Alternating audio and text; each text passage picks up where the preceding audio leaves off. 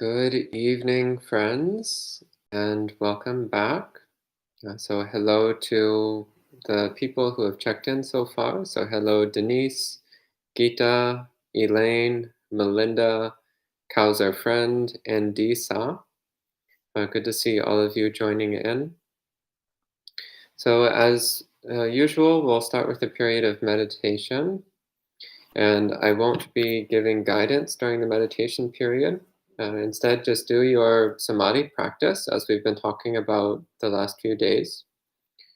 So choose some region in the body to place your mind and place it there and keep it there. Or alternately, you can choose another object as long as it's a still object and you keep your mind still, centered on that object. Or you can even use no object at all. Once again, as long as the mind is completely still, as long as we aren't moving the mind at all. Uh, so go ahead and decide where you're going to place your attention and place it there and let it remain there. And similarly, once you've placed your body into position, let it remain there. Don't move the body. Let the body and mind be completely still. So we'll meditate together for about half an hour, and then I'll give a talk about Samadhi.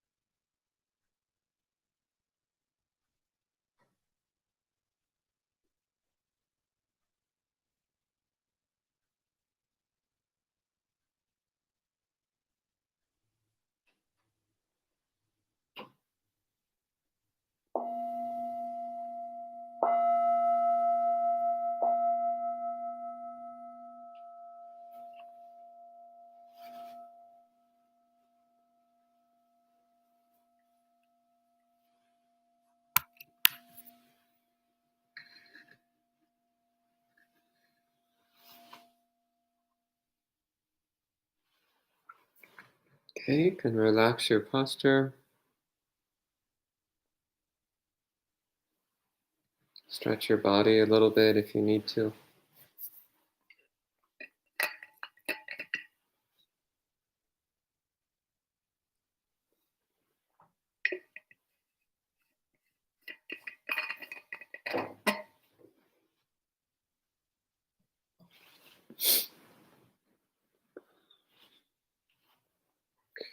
Namo tassa bhagavato arahato samma sambuddhassa. Namo tassa bhagavato arahato samma sambuddhassa. Namo tassa bhagavato arahato samma sambuddhassa. Buddhang dhammang sanghang namasami. So today I'll give the final of these 3 talks on Samadhi. And one thing which I'd like to speak about is the state of mind while one is doing Samadhi practice. In particular, I'd like to encourage keeping a broad, spacious field of awareness. So many people think that Samadhi practice is a narrowing of attention, making the mind very small, making the mind so small that it's only one object or one point that's in the mind, and everything else is excluded or blacked out. But in my experience, this is actually not an effective way of developing Samadhi at all. It does lead to a somewhat peaceful state of mind, but it's a peaceful state of mind which is characterized by a very limited awareness, a very limited mindfulness, a very limited attentiveness. And it also naturally can lead the mind into dullness or spaciness. And in fact, it's training the mind to be unaware rather than training the mind to be aware. So I don't recommend this kind of narrowing of attention, this constricting of attention. It's also quite uncomfortable, besides being unproductive. It's also quite uncomfortable, this feeling of the mind being constricted to a little tiny box. It's not particularly pleasant. Instead, I like to recommend the opposite, which is to allow the mind to be infinitely spacious. Allow the mind to be vast, so vast that it has room for everything in it. It has room for the sound of the clock ticking on the wall. It has room for the fan in the distance. It has room for all the sensations of body and mind. It has room for everything in the room that you're in. So it has space for everything in the room, space for the whole building, space for the whole universe. So not putting any edges or boundaries to the mind. So once again, Samadhi practice is not about narrowing attention. It's about unifying the mind, stabilizing the mind, stilling the mind, while cultivating sharp, bright, attentive alertness of mind.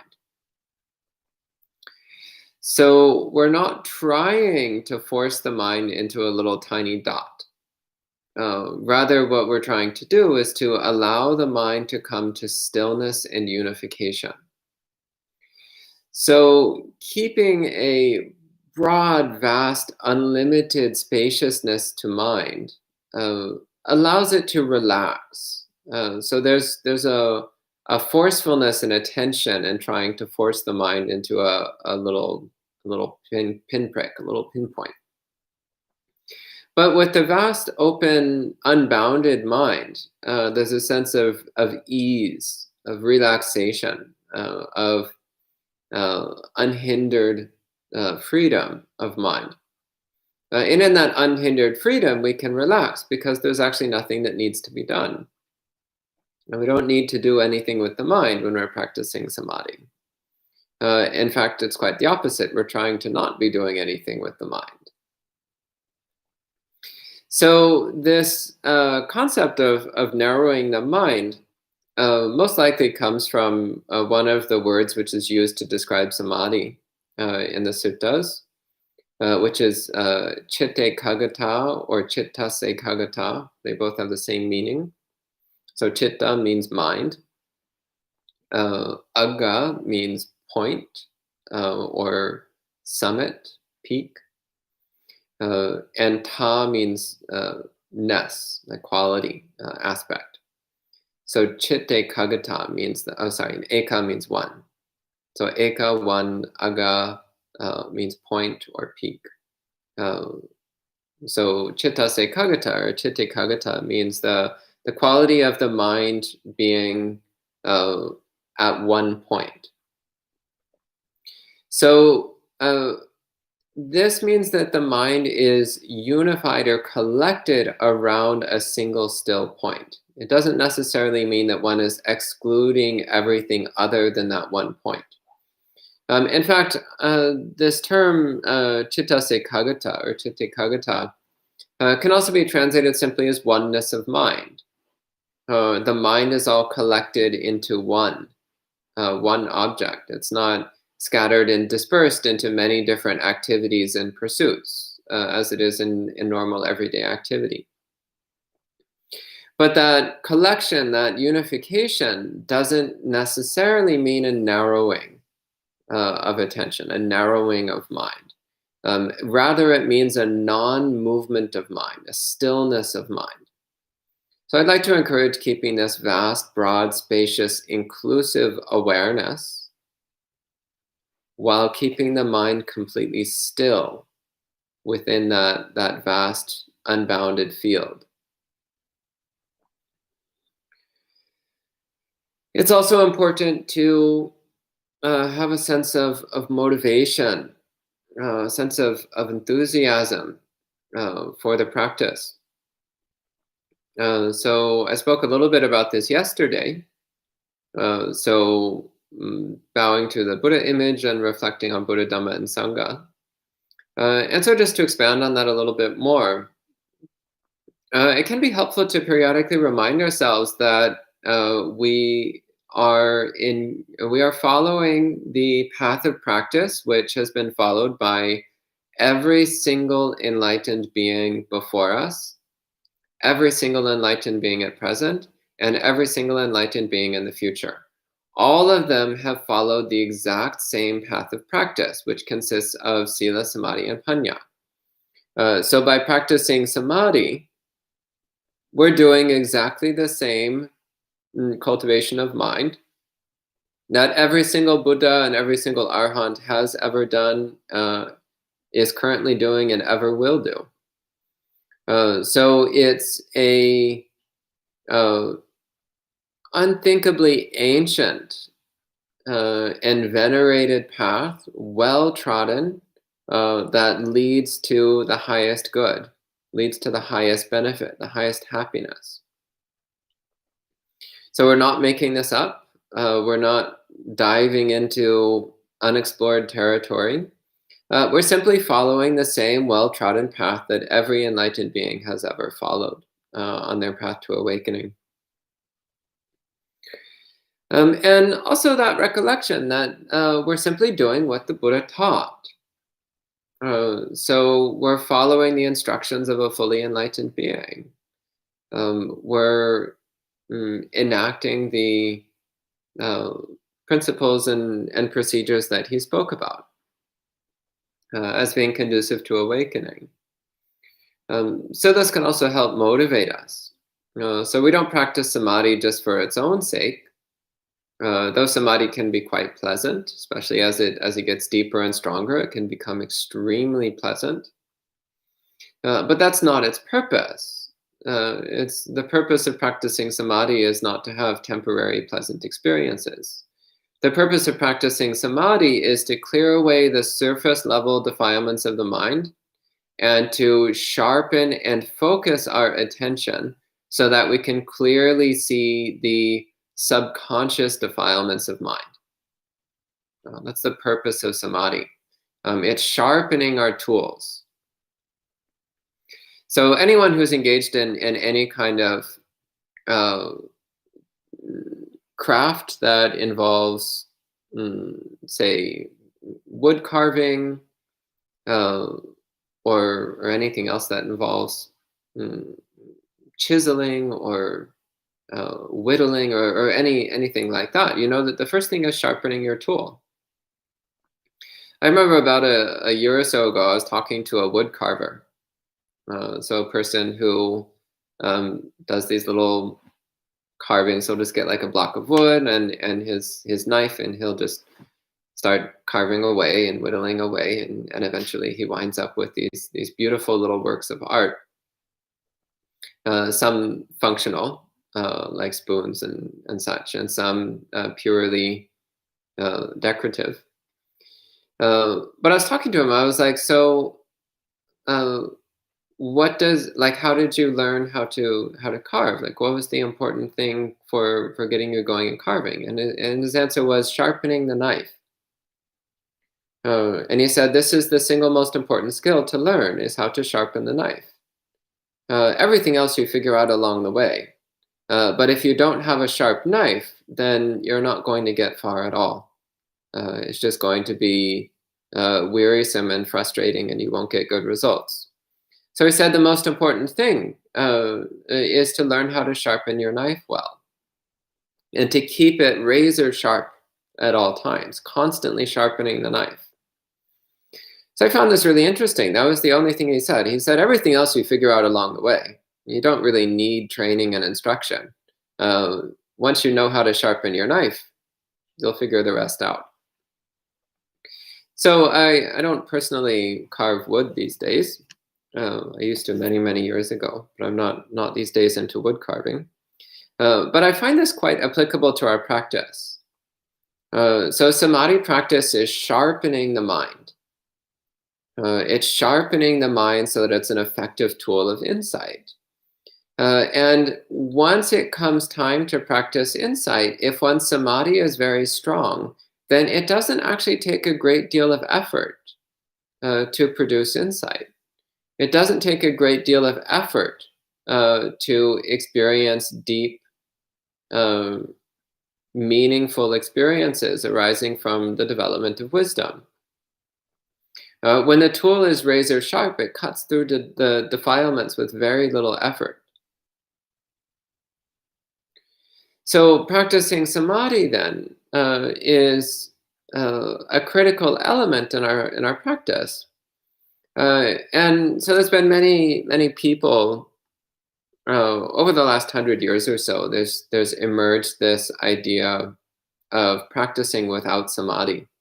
Just practicing insight meditation directly. This is quite foolish, and the Buddha never spoke about this. The Buddha spoke about cultivating both samadhi and vipassana.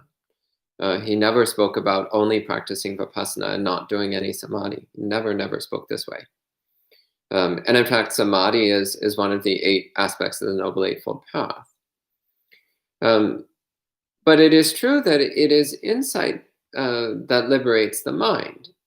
So some people then get this idea that they should just practice insight and not bother with samadhi. And then they proceed to struggle and painfully suffer through hours and hours and hours of fruitless insight meditation for decades without really getting very far in their practice. And the reason for this is simple. It's because of the lack of samadhi. Again, it's like trying to make a wood carving using a dull knife. It's like trying to make a wood carving using a butter knife or a spoon. It's just futile. Yeah, I mean, you'll chip away some wood slowly, gradually, with a lot of effort. It'll take a very long time, and you won't be able to do anything particularly refined. So it's the same with our meditation practice. If our samadhi is very dull and weak, then our insight meditation will be a terrible struggle that will produce only the most vague and clumsy effects. Whereas if our samadhi practice is extremely well developed, then when we do insight practices, it's like that razor sharp knife that just easily and effortlessly carves the wood to make whatever we're trying to make. A similar simile that the Buddha used was of refining gold.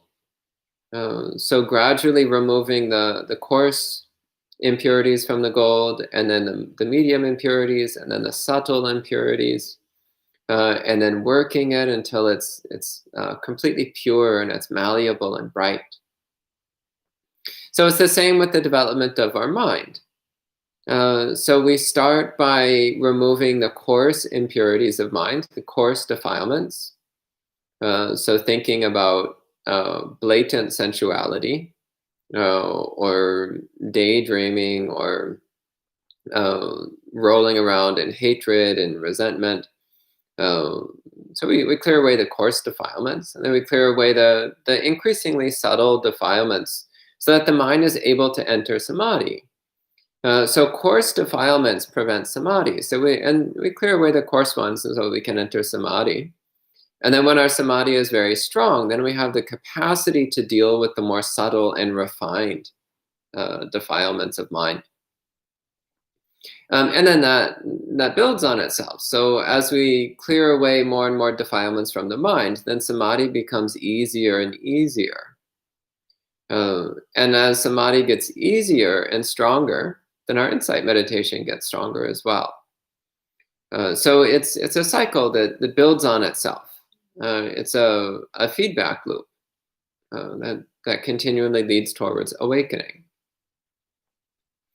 So keeping a sense of motivation for our practice, because sometimes there can be a sense of struggle in samadhi. And the last couple of days, I've been trying to speak about samadhi in a way which takes away that sense of struggling. So with samadhi practice, if we're relaxed, without tension, so without much tension in the body or much tension in the mind, relaxed and alert, then samadhi will develop very quickly. So this can seem counterintuitive, especially when we use words like concentrate and focus. Many people, when they hear these kinds of words, they start tensing up automatically. They're just like, okay, I must concentrate and focus my mind. And the result is that it just makes the mind feel, it's kind of like if you have a sponge and you're just like squeezing the sponge. Kind of like you're just taking your mind and squeezing it, trying to squeeze it into a little ball. And that can produce an effect which feels a little bit like samadhi, but it's a tense, fragile, coarse kind of samadhi, which can only go a very short distance. And that kind of samadhi practice can never get anywhere near jhana. So that kind of tense, forceful samadhi, you can only ever get superficial samadhi. You cannot get deep samadhi that way. This is mentioned in a few suttas, in fact. In a few suttas, the Buddha talks about this forceful samadhi, which is not capable of going into the full depths that are possible. So we want to have a very relaxed body and mind. Relaxed, yet upright and alert.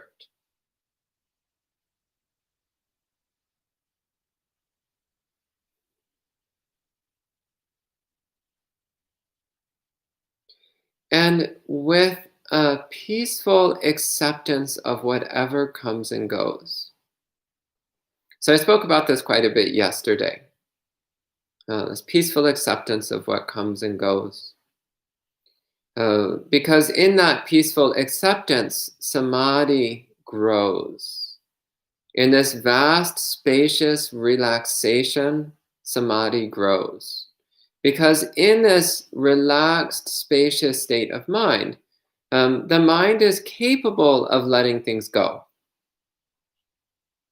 The mind is capable of dropping whatever arises, of not even grabbing whatever arises in the first place. It just doesn't grab it at all. Never entangles itself in what appears. We're just watching things flow through the mind, but without any interest in anything that comes and goes. It's just the background noise, the scenery. But we're not interested in the scenery. We're interested in this relaxed, spacious, alert stillness of mind.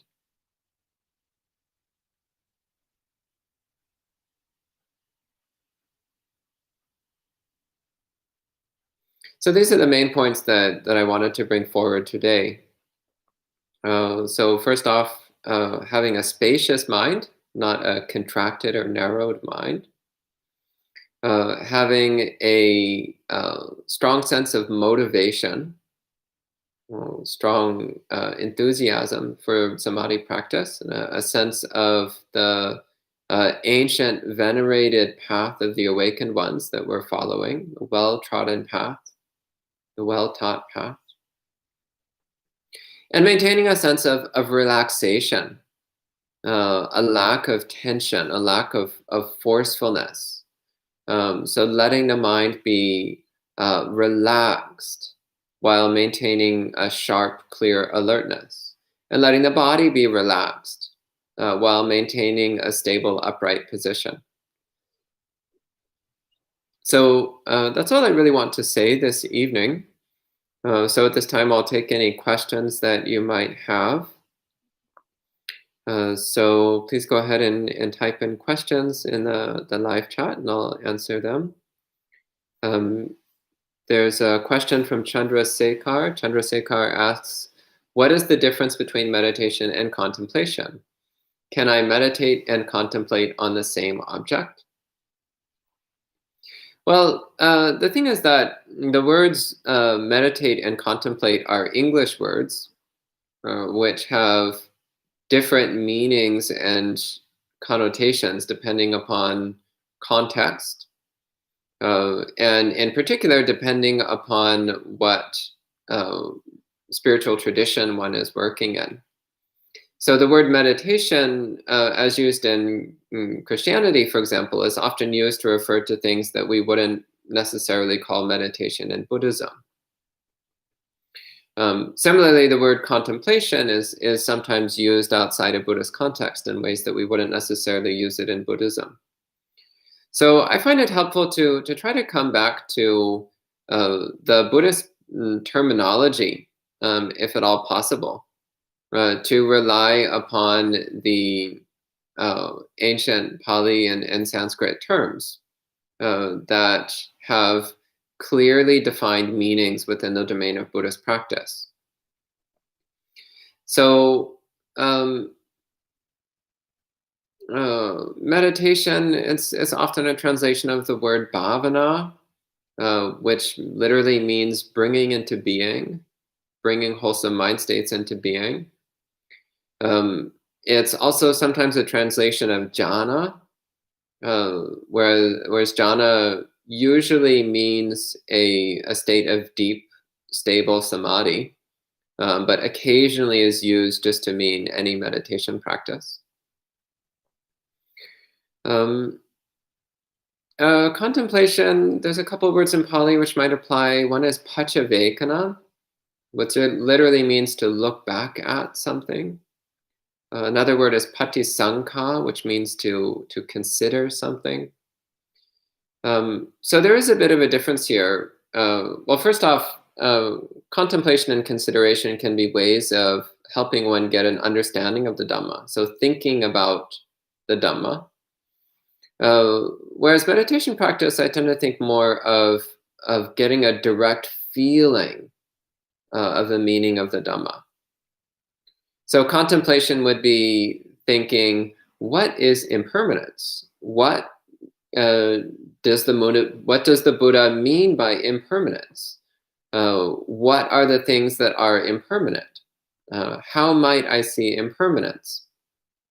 That might be contemplation. But then to actually directly perceive the constant change in all phenomena is meditation on impermanence. So that might be a distinction I would make.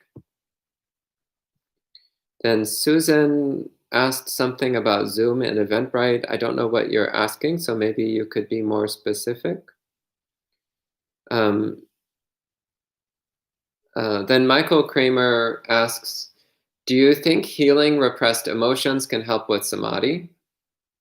Well, I have no idea what you mean by healing repressed emotions. Basically, whenever people start talking about Western psychology, just to be perfectly clear on this, I studied Western psychology for 1 year in college, and I was thoroughly disgusted by it. I found it quite primitive. I was not impressed at all. So I didn't bother to go any further with it. And usually whenever people try to map modern Western psychology onto Buddhism, they wind up making a mess out of things. But there is a place. So when somebody has really severe psychosis or overpowering neurosis, then it's often better for them to go and see a psychotherapist than to try to work it out on their own. So there can be certainly some value to that. And certainly Buddhist practice is not meant to be a replacement for psychotherapy. Again, many people, they're just not yet to a point where they're capable of working through their own issues by themselves.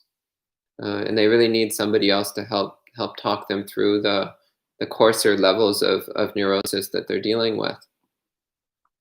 So in terms of repressed emotions, in the course of Buddhist practice, we are developing emotional self-awareness. That's one element of Buddhist practice. Awareness of the whole domain of the mind, which includes awareness of emotion. So this fits under Satipatthana practice. One element of Satipatthana practice is awareness of mind states, which includes all the emotions that can arise moment by moment. So cultivating a willingness to be present with whatever emotion is arising. So not trying to ignore it, not pretending it isn't there, not pushing it away, but also not identifying as the emotions, not latching onto them, not forming a sense of self around any emotion that appears, but rather just recognizing that the emotions that appear are just impermanent, temporary, impersonal phenomena that come and go based on causes and conditions. They're not who we are, they don't define us, and they don't control us. So in this way, then, those issues with repressed emotions tends to start to clear up over time. But again, this is assuming somebody who's already relatively sane. If somebody is not already relatively sane, then Buddhist practice is usually too subtle. Buddhist meditation practice, anyway, is usually too subtle. Such a person can still get a lot of benefit from practicing generosity and morality and cultivating wisdom through studying the Dhamma and so on, and possibly practicing some Samadhi and mindfulness practice. But if there are things that one is not willing to look at in one's own mind, then one's meditation practice will only go so far.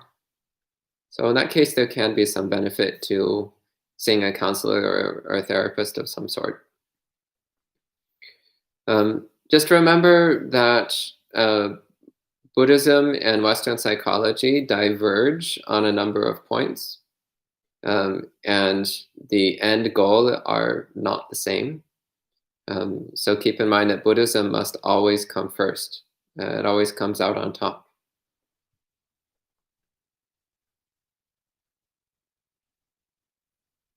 Sunita asks, how can we know when to go to insight versus samadhi? Well, when your samadhi is very strong, then you can do insight. Or if you're really bored with your Samadhi practice and you find insight practice more interesting, then you can do some insight meditation. So there's not really a hard and fast answer to this. Basically, experiment, try it out, see what happens. The Buddha talks about a few different strategies. In the Yogananda Sutta, the Buddha gives 3 different approaches. One is to first practice Samadhi. Then when one's Samadhi is very strong, then one switches to insight. The second is first one practices insight for a little bit, and then switches to Samadhi, and then back to insight. And the third approach is to develop Samadhi and insight simultaneously in conjunction with each other. So these are all valid ways of practicing. Usually I teach either the first or the third, either to start with developing strong Samadhi and then switch to insight. That's how I usually teach. Or I teach the simultaneous development of Samadhi and Vipassana through practicing silent illumination. So those are the 2 main methods that I teach. I don't normally talk about starting with insight because that's not how I practice. But there's a handful of people for whom that seems to be a beneficial way of practicing. But notice that in that strategy, the Buddha says to start with practicing insight, but then when the mind starts to settle down a little bit, then to switch to Samadhi practice. So that's using a little bit of insight meditation just as a way of collecting together an excessively scattered or distracted mind. And then once the mind starts to collect and settle a bit, then to really work on getting that strong Samadhi. Then Bhavani asks, what is meant by transcending the Dhamma? Well, it depends on context, where that's coming from. But briefly speaking, transcending the Dhamma is what happens when you attain full enlightenment. So when you get to that point, you'll understand what it means. Before then, you don't need to worry about it. Just keep practicing the Dhamma. Gita asks, could one say Samadhi is experiential in the present moment with single pointedness? One would actually experience the state of stillness? Yes, absolutely. You will experience it intensely and fully. So as I've mentioned over and over again, Samadhi must be accompanied by extremely sharp and clear awareness, sharp and clear mindfulness and attentiveness. If there's no mindfulness, then it's not Samadhi, or it's Miccha Samadhi, wrong concentration, false concentration. So the Buddha is very clear in the suttas that right Samadhi is accompanied by attention, awareness, mindfulness.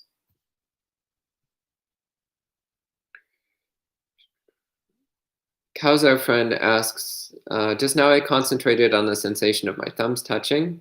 At some point, this sensation became somewhat independent from my body, like it lost its context and became bare sensation. The sensation was seemingly much longer than it should be for such a tiny point. Is there something to pursue, or should I attempt to keep it rooted in its bodily context? I would recommend to maintain at least a general vague awareness of the whole body, even if you're focusing just on one point, such as the thumbs touching. If your entire body disappears, that can happen in very deep samadhi, like beyond 4th jhana. And it can also happen when developing insight meditation, especially the perception of impermanence. But it shouldn't be happening when you're just doing ordinary samadhi. If you're just doing ordinary samadhi practice, it's usually a bad sign if your body disappears completely. That's usually a sign that you're spacing out. It's usually not a sign of samadhi. So I'd recommend keep at least a general awareness of your body, even as you keep the mind focused on that one point. Then Disa asks, during meditation, there are thoughts that arise without our efforts, and then there are others that we help create. Is to wait to deal with them both the same? Just watch them? Well, the ones that you help create, stop creating them. Stop. just don't create any mental activity. As for the ones that appear by themselves, just don't take any interest in them. So just keep your mind on the meditation object, and whatever arises in the mind, just let it come and go. Just don't get involved in it. So that's the end of the questions. Any questions from the live audience? No? Okay. So if there's nothing else, then we can go ahead and end it this time. So it looks like there's no other questions appearing. So we can go ahead and end with 3 sadhus. Sadhu, sadhu, sadhu. And so Guitars from Hell did ask one more question. So fine, I'll answer this one more question. Can you more thoroughly explain what you mean by wrong samadhi? Yeah, once again, wrong samadhi is concentration without mindfulness. So this is what the Buddha refers to as miccha samadhi. It's not beneficial. Not beneficial. Okay, so we'll end there, and we'll see you again next week. So Wednesday, Thursday, and Friday, as usual. So it'll be me again next week, and then after that, we'll start switching through the other resident monks.